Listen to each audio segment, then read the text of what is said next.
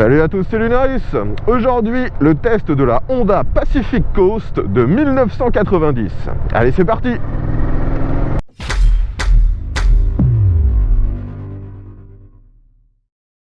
Les amis, aujourd'hui, de nouveau le test d'une machine de collection. Et ça grâce à l'un de mes abonnés qui n'a pas hésité à faire beaucoup de routes en plein hiver pour me ramener cette grosse routière. Merci encore à lui. Donc je pense que la plupart d'entre vous n'ont jamais entendu parler de cette machine, donc la Honda Pacific Coast. Elle est aussi appelée PC800 en abréviation donc de Pacific Coast 800 pour une référence à sa cylindrée. Donc vous l'aurez vu, il s'agit d'une grosse routière, une machine qui peut un peu faire penser à la Deauville en termes d'esthétique. Eh bien, il faut savoir en fait que cette machine est la précurseur à la Deauville. La Deauville a été vendue à partir de la fin des années 90, si je ne me trompe pas. Celle-ci a été inaugurée en 1989. Donc à l'époque, Honda en fait voulait prendre des parts de marché auprès des automobilistes. Ils ont essayé de créer avec cette Pacific Coast une moto qui permettrait à quelqu'un d'avoir le même niveau de confort et de protection qu'avec une voiture, tout en ayant bien sûr les facilités de déplacement offertes par un deux roues. Donc pour ça, vous voyez qu'ils ont fait une machine extrêmement carénée. Et c'est une moto plutôt pragmatique, bien que ce soit une 800, vous allez voir qu'au niveau de la puissance, c'est pas dingue du tout. Et c'est vrai que finalement, ça fait beaucoup penser à ce qu'ils ont fait ensuite sur la Deauville. Donc au niveau du moteur, il s'agit d'un bicylindre en V, un V à 45 degrés si je ne me trompe pas. D'ailleurs, il est totalement invisible, hein. Quand vous regardez la moto, le moteur est totalement camouflé. Ce moteur est alimenté par carburateur et refroidi par liquide. Sa puissance est de 60 chevaux, ce qui peut sembler modeste pour un 800 cm3. On sent bien que c'est une machine qui a été conçue de nouveau pour être raisonnable, pragmatique, efficace et certainement pas performante. Le modèle que je vous présente aujourd'hui est totalement d'origine, mis à part. J'aime bien à chaque fois, il y a quand même toujours une ou deux petites différences. Là, la seule différence finalement, c'est la bulle. La bulle n'est pas d'origine, celle-ci, vous voyez qu'elle est légèrement fumée et elle est un peu plus haute que normalement sur un modèle d'origine. Mis à part ça, tout est conforme à ce que vous pouviez avoir à l'époque. En option, vous avez aussi un genre de dossier pour le passager arrière. On dira que c'est un petit 6 bar. Je sais que c'était vendu en option à l'époque pour cette moto. Bon, malheureusement, comme je vous l'ai dit, on est en hiver et juste au moment où je me mets à commencer à faire ce test, il y a quelques gouttes qui ont fait leur apparition. J'espère que cette bulle me protégera bien et que vous n'aurez pas d'eau sur l'objectif. Maintenant, me voilà en ville. Donc cette machine, ce qui est appréciable avec celle-ci, c'est qu'elle a une selle assez large mais très basse. Donc moi qui mesure 1,70 m, ça n'a pas changé depuis les autres tests, eh bien j'arrive facilement à monter sur la moto et j'arrive également à toucher le sol assez facilement. Et en plus, bien que la moto soit lourde, elle est donnée tout plein fait, c'est-à-dire donc avec 16 litres dans le réservoir pour 280 kg. Eh bien, il n'y a vraiment pas de difficulté, ça se manœuvre assez facilement. La position de conduite est très décontractée. J'ai le buste parfaitement à la verticale, le guidon est très large, on a un excellent bras de levier, la visibilité autour de nous est excellente, hein. Je peux prendre les infos sans la moindre difficulté et je peux même, vous voyez, mettre les pieds au sol, bien que la selle soit quand même très large. Maintenant, me voilà dans un premier rond-point. De nouveau, la machine est relativement facile malgré son poids. La prise d'info ne pose aucun problème. Et en plus, vous voyez que on a sur cette moto les rétroviseurs qui sont intégrés dans le carénage. Et donc, on voit parfaitement ce qui se passe derrière nous. Les rétros sont juste en dessous de nos bras. Donc franchement, la prise d'info est parfaite. J'ai presque pas besoin de tourner la tête pour savoir ce qui se passe derrière moi. C'est impeccable. Donc comme je vous le disais, Honda à l'époque voulait attirer les automobilistes vers le monde de la moto avec cette Pacific Coast. D'ailleurs, certains l'appellent la motomobile. Et ça se ressent surtout lorsqu'on démarre, parce que le bruit de l'échappement est quasiment étouffé. On l'entend très peu. Et même lorsqu'on se déplace, là vous voyez que je suis environ à 2500 tours, eh bien on n'entend presque rien. On entend plus les bruits liés à la route que réellement l'échappement. D'ailleurs, l'échappement sinon il est relativement dissimulé, mais le peu qu'on peut en voir, vous voyez sur le côté droit, c'est joli, c'est chromé. D'ailleurs la moto à l'époque aussi était assez décriée pour son look, hein. Certains l'appelaient le Tupperware. Et moi ce que j'aime beaucoup sur cette machine aujourd'hui, c'est sa couleur. Elle est en bordeaux rouge, une couleur qui lui va très bien. À savoir qu'en France, ce qu'on trouve le plus souvent, ce sont des modèles blanc nacré ou gris. Allez, je sors de l'agglomération, j'accélère un bon coup. Alors, je dois rester méfiant parce que vous voyez qu'il pleut et en plus la route est recouverte de terre par endroits, vu que ce sont des endroits très fréquentés par des poids lourds. Autre petite particularité, cette moto elle vient des États-Unis.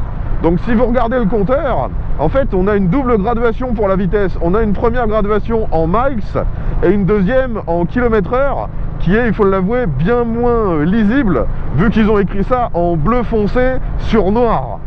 C'est pas terrible.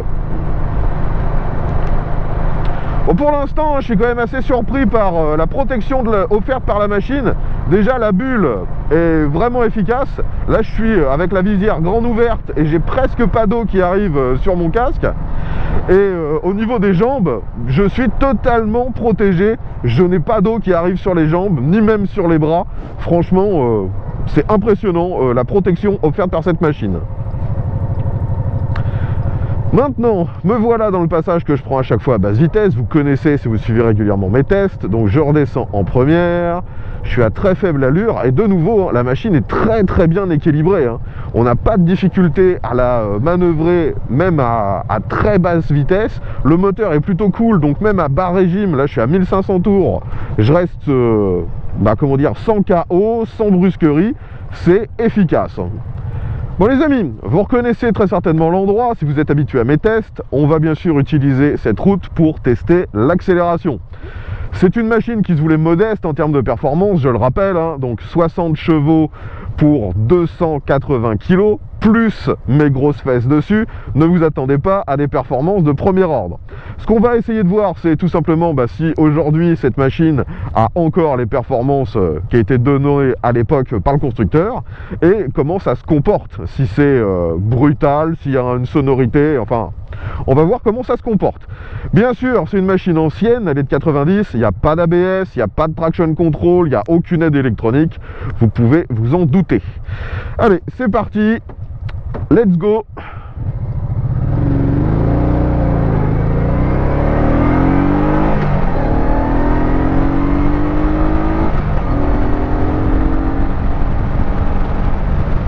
Allez, je ralentis.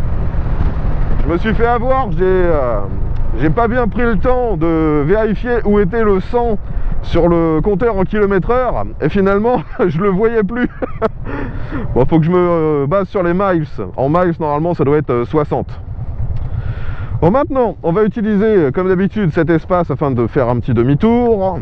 Donc, voyons si ça braque bien. Je braque à fond.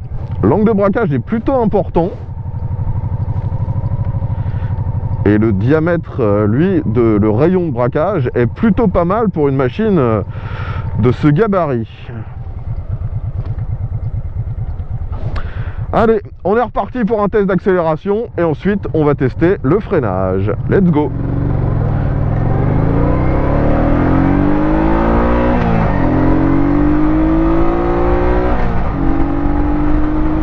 Et voilà, je suis à 60, je freine de l'arrière, ça freine très peu. Frein avant, c'est pas beaucoup mieux. De nouveau, c'est très cool. Il n'y a aucune brusquerie. Faut tirer relativement fort sur le levier. C'est typique en fait aux machines un peu anciennes comme ça. Le freinage nécessite qu'on soit relativement ferme avec lui. Il y a une zone un peu molle. Concernant les leviers, les deux ne sont pas réglables en écartement, ni le frein ni l'embrayage, ça c'est un peu dommage. Heureusement, ils sont suffisamment proches pour que j'arrive à bien les saisir avec mes petits doigts. Donc vous avez pu voir qu'en termes de performance, c'est vraiment pas fou, hein, vu que l'espace que j'utilise pour faire cet exercice était limite trop court. On sent vraiment que la machine elle est lourde. Ça accélère suffisamment, on n'est pas en danger non plus, hein, mais je comprends que à l'époque les gens aient un peu boudé cette machine s'ils cherchaient des performances, hein. On est très très loin de ce que pouvait proposer même Honda sur d'autres machines qui elles étaient hyper perf à cette époque là. Les années 80-90, hein, c'était vraiment l'ode à la puissance et à la vitesse. Allez, je réaccélère, ça vibrote un tout petit peu et les vibrations reviennent dans la selle en fait. Ça revient pas vraiment dans le guidon, et quand je dis que tout petit peu, c'est vraiment juste pour vous rappeler qu'il y a un moteur caché derrière les carénages. Alors, visiblement la pluie a décidé de m'accompagner sur l'intégralité du test. J'espère que ça ne nuira pas trop à la qualité de l'image, j'en suis de nouveau désolé. Concernant les commodos sur cette moto, c'est très très classique, très banal. Sur la gauche, on a bien sûr ce qui gère l'éclairage. On a aussi le klaxon. Les boutons sont relativement gros. Sur la droite, démarreur, coupe-circuit, et c'est tout. On peut voir que, vu qu'il s'agit d'une machine encore à carbu, on a une tirette pour le starter, mais celle-ci n'est pas au guidon, elle est en plein milieu de celui-ci, juste en dessous du Neyman. Le compteur, lui, est à l'ancienne, très lisible, mis à part la vitesse en km/h, parce que c'est une moto américaine, vous l'aurez compris. Donc on a un premier cadran pour la vitesse, vous avez un deuxième cadran à aiguille pour le régime moteur. Au milieu de tout ça, plein de très gros voyants, pression d'huile, vous avez un voyant pour la béquille, le neutre et bien sûr votre feu de route. Au-dessus de ça, deux petites jauges, une pour votre réserve de carburant et l'autre pour la température du liquide de refroidissement. C'est simple, efficace et facilement lisible. Me voilà de nouveau en agglomération et cette machine, franchement, elle est ultra agréable. Je suis bluffé en fait, hein. On n'a à aucun moment le sentiment qu'elle pèse 280 kg, hein. Elle est vraiment beaucoup plus manœuvrable que ce qu'on pourrait croire. Alors on va essayer de faire un petit test de souplesse. Donc je passe mes rapports. Ouais, ça reste un bicylindre en V, donc en dessous de 2000 tours ça passe encore. Et je dirais que le seuil vraiment bas c'est 1500. Ce qui est vraiment bien pour un moteur en V de ce genre. On sent vraiment qu'ils ont essayé de le travailler pour qu'il n'y ait aucune difficulté, aucune brusquerie avec celui-ci. Et ils ont réussi, hein. Il n'a pas vraiment de performance, c'est vrai, mais il est super agréable, hein. D'ailleurs, une petite particularité sur ce moteur, il a 3 soupapes par cylindre. C'est assez rare comme configuration. Bon, ici je redémarre un peu en côte et forcément ça nécessite que je monte un minimum dans les tours car le moteur n'a finalement pas tant de perf que ça, vous l'avez compris, hein.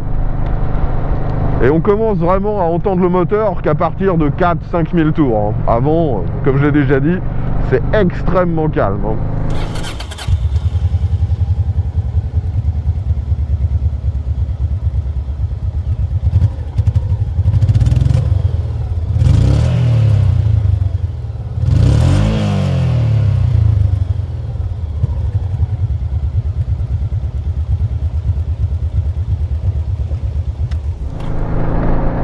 Allez, je sors de l'agglomération, j'accélère un peu fort, on reprend de la vitesse.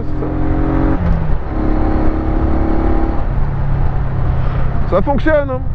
Mais comme on pouvait s'y attendre, hein, si vous cherchez des sensations moteur, un vrai plaisir de conduire, cette moto est tout à fait à l'opposé, hein. C'est ultra pragmatique, c'est un utilitaire.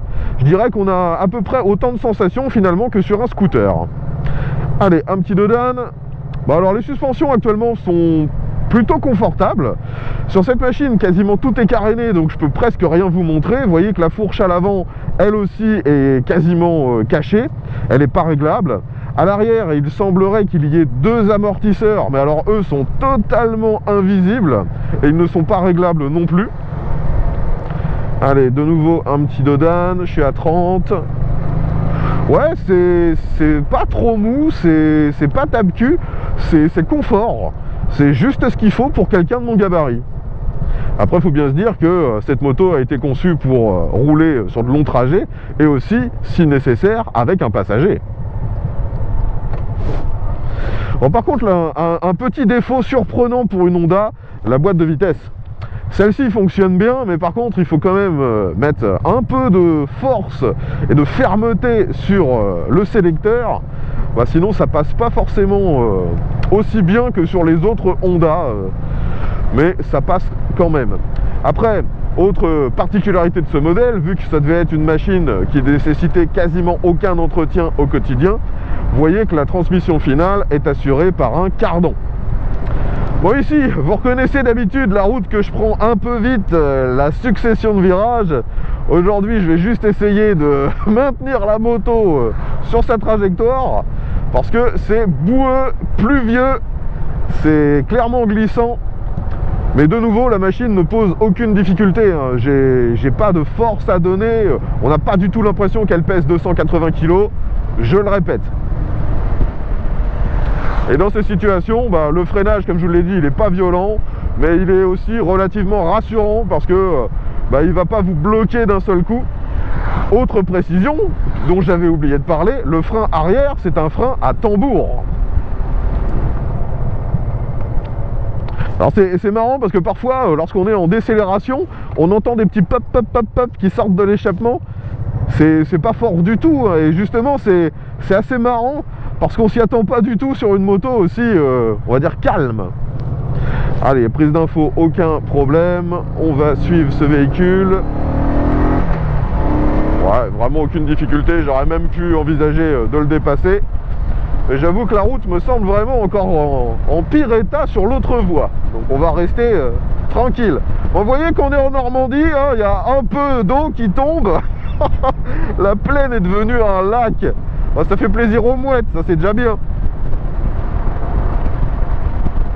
Alors un petit souci par contre, la moto quand vous vous retrouvez dans des rainures sur la route, elle a parfois un peu tendance à se mettre dedans.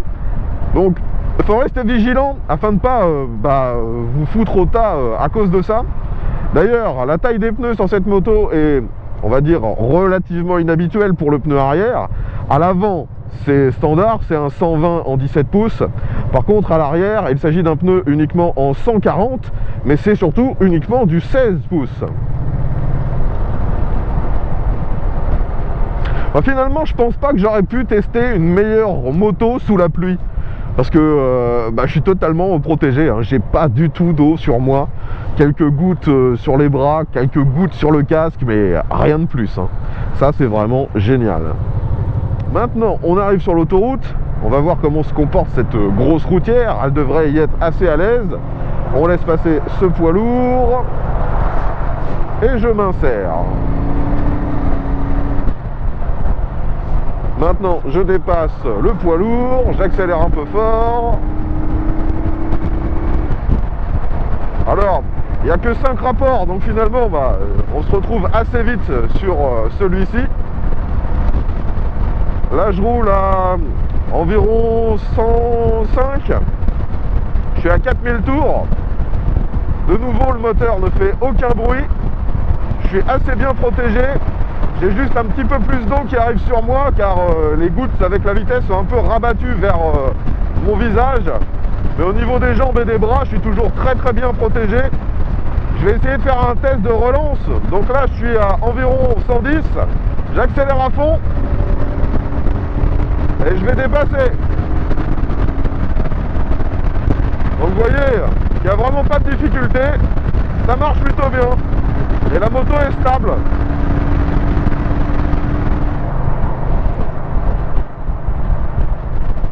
Donc vous l'aurez compris, cette moto est parfaitement à l'aise sur l'autoroute. En plus, la selle est hyper confortable. Donc on peut vraiment faire de très longs trajets sans la moindre difficulté. Le seul petit reproche qu'on peut faire à cette machine, c'est de n'avoir que 5 rapports. Un 6e sur l'autoroute aurait été bienvenu. Donc, concernant l'éclairage sur cette machine, vous voyez qu'à l'avant on retrouve un assez gros feu intégré au carénage, comme sur beaucoup d'autres machines concurrentes de l'époque. Les clignotants, je l'ai déjà dit, sont eux aussi intégrés dans le carénage. Et à l'arrière, pareil, on a quasiment une barre lumineuse ça reprend un peu l'esthétique qu'on a à l'arrière de certaines voitures. Tout est à ampoule classique, hein, et c'est assez balèze, hein. On a de gros feux stop, les clignotants, tout est intégré. Franchement, j'aime beaucoup. Et d'ailleurs, si cette machine a un arrière, un popotin aussi énorme, c'est, je pense que vous l'aurez compris, car tout le carénage arrière intègre des pseudo-valises en fait. C'est un coffre qui se relève vers le haut. Et à l'intérieur, vous pouvez mettre 2 casques. Donc ça, c'est vraiment pas mal. Et bien sûr, hein, vous avez aussi la possibilité de mettre n'importe quoi d'autre. C'est assez balèze. Allez, on va dépasser ce petit camion et accélérer un bon coup. Dernière accélération du test. Donc vous voyez que si nécessaire, ça prend 7000 tours. Et ça marche normalement, hein. C'est pas une moto de sport, vous l'aurez compris, mais ça reste efficace. Donc finalement, en termes dynamiques, je pense qu'on a fait le tour des caractéristiques de cette moto. Pour moi, c'est vraiment une très très bonne surprise. Elle est très facile. Je m'attendais pas à ça au vu de la fiche technique.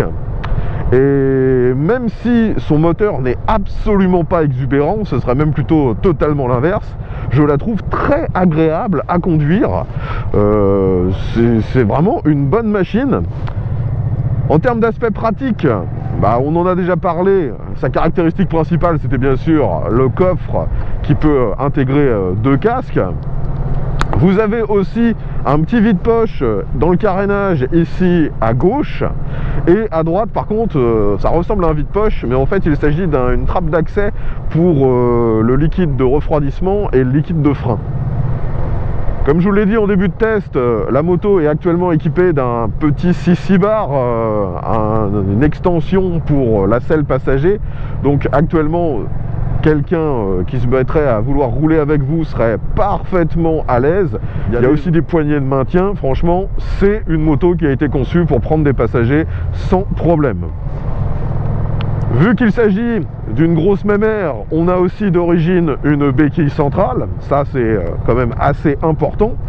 Et à l'époque, vous pouviez avoir en option de la sono. Vous voyez que sur celle-ci, on a les emplacements dans les carénages à côté du compteur. Mais là, la sono n'est pas présente. Ça n'a pas été pris sur ce modèle. Et au niveau de la consommation, c'est de nouveau une assez bonne surprise. Moto lourde, mais qui s'utilise finalement à faible vitesse et faible régime, donc ça ne consomme pas tant que ça. Le propriétaire me disait tourner aux alentours des 5 litres au 100 en usage normal. Son record est même un peu en dessous des 5 litres au 100. Par contre, il me disait que dans les conditions les plus défavorables, si vous êtes avec le vent en pleine face, chargé, avec un passager, là on peut facilement monter à 6 litres 5, voire 7 litres. Mais la moyenne, c'est 5 litres au 100. Donc avec ce réservoir de 15 litres, vous avez environ 300 km d'autonomie. Allez, de nouveau un tout petit rond-point avec une grosse machine, et ça passe sans problème. Elle est équilibrée, elle est facile à manœuvrer. C'est vraiment une bonne moto. Donc maintenant, cette Pacific Coast, c'est une moto de collection. Comme je vous l'ai dit, celle-ci est exactement de 90. Elle a été en vente en France jusqu'en 93-94. Et aux États-Unis, elle a une carrière un peu plus longue. Ils l'ont vendue jusqu'en 98. En France, c'est pas une machine forcément très facile à trouver, car il s'en est vendu relativement peu. Et c'est d'ailleurs pour ça qu'on en voit aussi dans les annonces en France qui viennent des États-Unis ou du Canada. Parce que c'est beaucoup plus facile, si vous voulez vraiment cette machine, d'en faire importer une de là-bas. Ce sont des machines fiables. La plupart actuellement sur le marché de l'occasion ont environ 100 000 km. Et le seul souci, je dirais, au niveau de l'entretien, c'est l'accessibilité aux pièces, vu que la moto est intégralement carénée. Mais sinon, en termes de fiabilité, il n'y a vraiment aucun problème connu. Actuellement, pour acheter cette pièce d'histoire, la motomobile, ça ne vous coûtera en plus pas grand chose, hein. Un modèle en bon état, révisé et avec environ 100 000 km en France vous coûtera environ 2000 €. Donc clairement, si le look ne vous rebute pas, si vous ne cherchez pas la puissance mais plutôt le confort, la protection et la possibilité de rouler longtemps avec un passager pour pas grand chose, eh bien cette PC 800 est vraiment nickel. Il n'y a quasiment rien à lui reprocher. C'est dommage que Honda ne propose plus une machine pragmatique comme celle-ci et aussi avec autant de protection. Finalement, pour moi, la plus grosse surprise, c'est que je préfère cette Pacific Coast à une Deauville. Je trouve déjà la Pacific Coast plus jolie parce qu'elle est intégralement carénée, là où la Deauville n'est que semi-carénée. Et vu qu'on est sur une même base mécanique, et ben là on a plus de cylindrée, donc on a plus de couple, on a plus comment dire d'agrément avec la Pacific Coast qu'avec une Deauville. Donc globalement, si vous avez déjà testé une Deauville 650, et ben cette Pacific Coast c'est la même chose en un peu plus vieux mais en mieux. Enfin voilà les amis, je pense maintenant avoir fait le tour des caractéristiques de cette moto. Si vous avez des questions, l'espace commentaire est là pour ça. Si vous faites partie des rares anciens propriétaires ou des propriétaires de cette machine, donnez-nous votre ressenti. Qu'est-ce qu'il faut améliorer selon vous? Qu'est-ce qu'il faut vérifier en priorité lors d'un achat d'occasion? Ce sera intéressant d'avoir votre retour d'expérience. Moi je tiens de nouveau à remercier le propriétaire de cette machine d'être venu jusqu'ici alors que le temps est dégueulasse et qu'on est en hiver. Je répète que l'intégralité de mes tests sont faits en collaboration avec mes abonnés. Donc si comme lui vous avez une moto ou une voiture que vous aimeriez me voir tester en vidéo, n'hésitez pas à prendre contact avec moi. Tous les moyens de le faire sont dans la description. Et je le répète, mais vous le voyez, le lieu de tournage se situe en Normandie.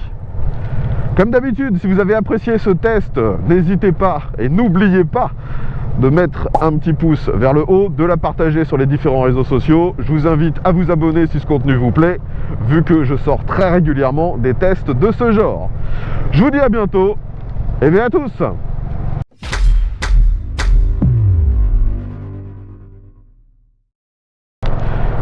Franchement, il faudrait vraiment que Honda sorte une machine du même genre, pas forcément puissante, mais hyper protégée, peut-être même en se mettant sur la base de ce qu'ils ont actuellement, la NC 750, mais les NC n'ont pas autant de protection, loin de là.